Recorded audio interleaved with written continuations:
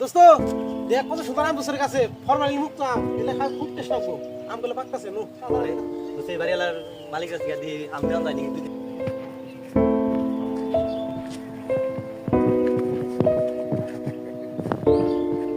আসসালামু আলাইকুম চাচা। ওয়ালাইকুম আসসালাম। বাবা তোমরা কারা? চাচা এই আম গাছটা কি আপনার নাকি? কত সুন্দর আম দোষে। হ্যাঁ এই আম গাছটা এটা আমারই। ওটা আম ধরছে মোটামুটি আল্লাহ দিচ্ছে, ভালোই ধরছে। আঙ্গুরে এক কেজি আম দেন আমরা বাসায় খাই গা আচার বানাইয়া। এই আম দেওয়া যাবো না, এটি এত বড় বড় হয় মিষ্টি আম, এটি দেওয়া যাবো না, এটি বড় পরে যাবো না। এনে পোলা মানে আম দেখে দেখে আমি বইতে এই সব সময়।